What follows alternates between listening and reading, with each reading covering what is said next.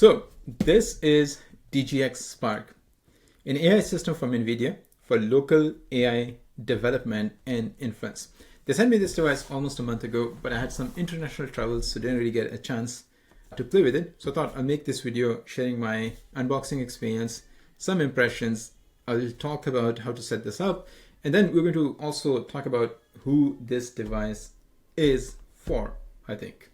So inside the box, you get the unit itself, some paperwork, a huge power adapter, and a power cable. On the front, you see a porous surface. You see exactly the same thing on the back as well. I think this helps with heat dissipation. Now, inside is what matters. But before that, let's talk about the IOs. On the back, you see a power button, then a power plug, 3 USB ports, HDMI, Ethernet, and then these two very interesting looking ports. These are called QSFP ports. You can connect multiple of these devices together to run even larger models. So this integrates GB10 Grace Blackwell SoC, or system on chip, which means it fuses an ARM CPU with a Blackwell GPU in a single unit. And it has a unified memory of 128 gigabytes. So you can run pretty large models on this. Now, the question is, how do you connect to this? So you have two different options. You can either use this as a dedicated system. That means you can just connect an external monitor, keyboard and mouse, plus Ethernet or Wi-Fi, and use it as a separate system. Or you can connect it to the network, SSH into it. They have a pretty nice utility called NVIDIA Sync that allows you to SSH into this device, so you don't have to connect external monitor and IOs to it. So I'm going to show you how to set this up. I have only connected the power plug. I don't want to connect an external monitor or keyboard and mouse. There is no power LED, so you don't actually know whether the device is on or not, which is, I think, something that NVIDIA should work on. The good news is there is very detailed documentation available. So there is a dedicated website for the NVIDIA DGX Spark. The thing that I'm interested in is this initial setup. There are two different options for the initial setup.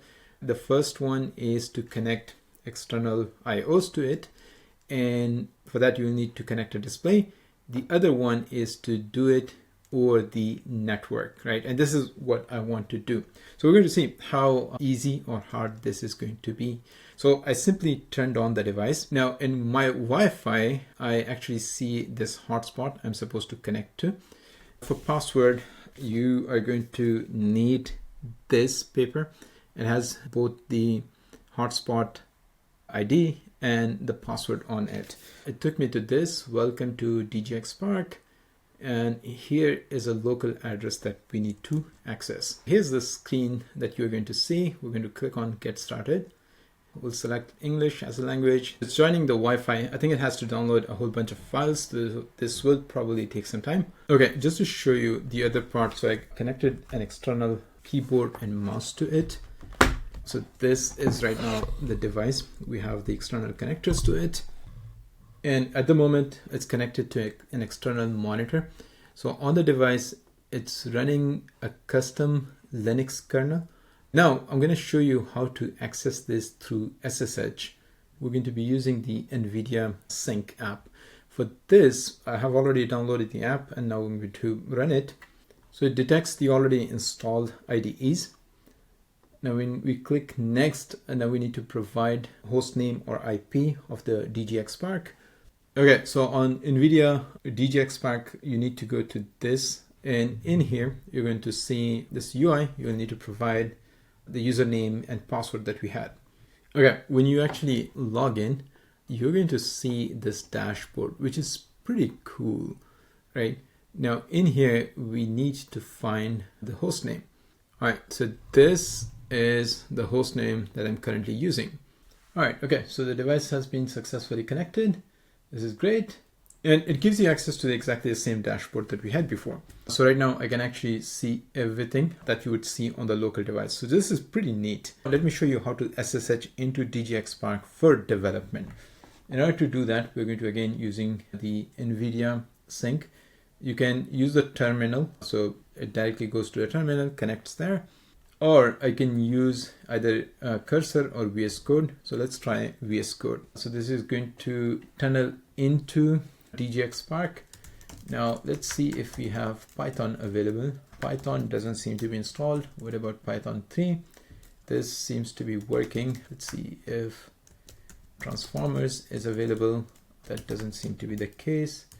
Let me actually run NVIDIA SMI. Actually, spelled it wrong. NVIDIA SMI. Okay, so we have CUDA version 13 installed. For some reason in here it's not showing the total GPU available or the GPU VRAM available, and I think it's because we're using this unified memory system now. Okay, so it seems like even Python, oh, the PyTorch is not installed, right? We probably need to do some setup here. Now I can do the installation manually, but what I have found a lot more useful is to use a coding agent, something like Claude Code Cursor, to just set up the whole system for us. Okay, so use Claude Code to install Conda for me. This is something that I do now. I don't set up systems, I just ask these coding agents to set up this for me. So we're going to create a virtual environment. Let's call it Spark. Let's use Python 3.12. Okay, we're going to activate that. I need to install transformers, and we also need a PyTorch on this specific virtual environment. So I'm going to show you two different tests. The first one is a small LM3B. This is a large language model from Hugging Face. So this is going to be loaded in 32-bit floating point precision. And the second one is GPT-OSS, which was trained in 4-bit floating point precision. So I had to install some libraries like bits and bytes, accelerate, and now this is going to be loaded in 4-bit floating point precision. So here we have the NVIDIA SMI. I am going to first run this. So you're going to see that it's first going to load the model. It's a relatively small model. Right now it's loading the shards. The GPU utilization is pretty good. We are looking at about 90% at the moment. Okay, so we got a response. We were having about 91% GPU utilization. The inference speed is reasonable, not the best. I'll be doing a lot more tests to see how it compares with something like 5090 or 4090. So stay tuned for that. The second one is GPT-OSS. So right now it's loading the model. Okay, we can see that the device is set to CUDA 0. Right now the GPU utilization is about 75 to 78%, and we got the response pretty quickly. Again, for more comprehensive testing, stay tuned. I will be doing a comparison with other GPUs.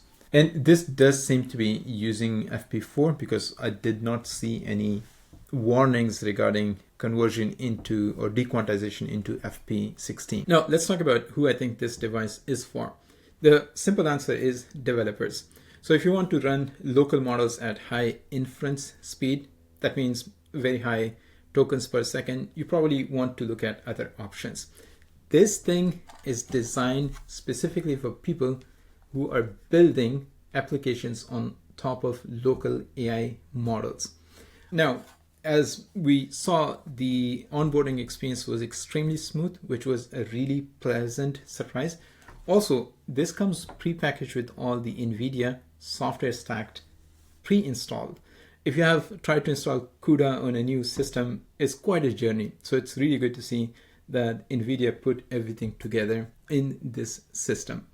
And you get a lot of performance. They claim 1 petaflops, but keep in mind it's a theoretical performance if you're using this in FP4. So what are some of the advantages of this system?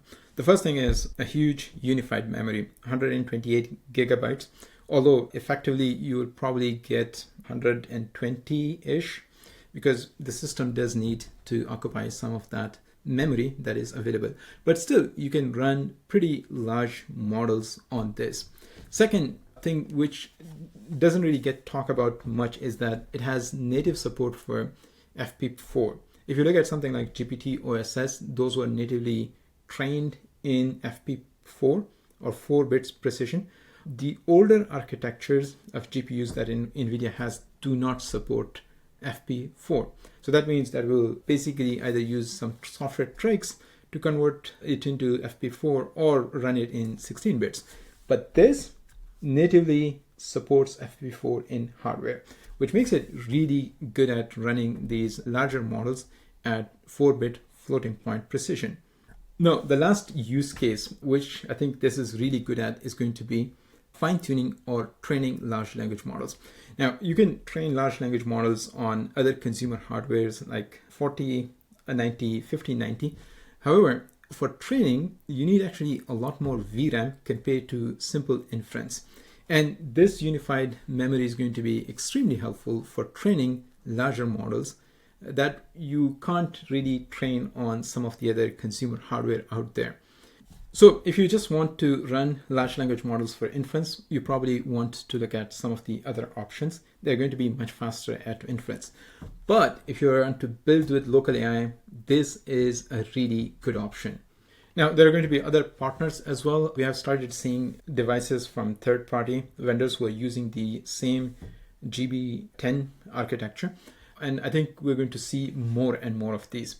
Do let me know your thoughts. I'm going to be creating more content building on top of this DGX Spark system. So if you're interested in those, make sure to subscribe to the channel. But anyways, I hope you found this video useful. Thanks for watching. And as always, see you in the next one.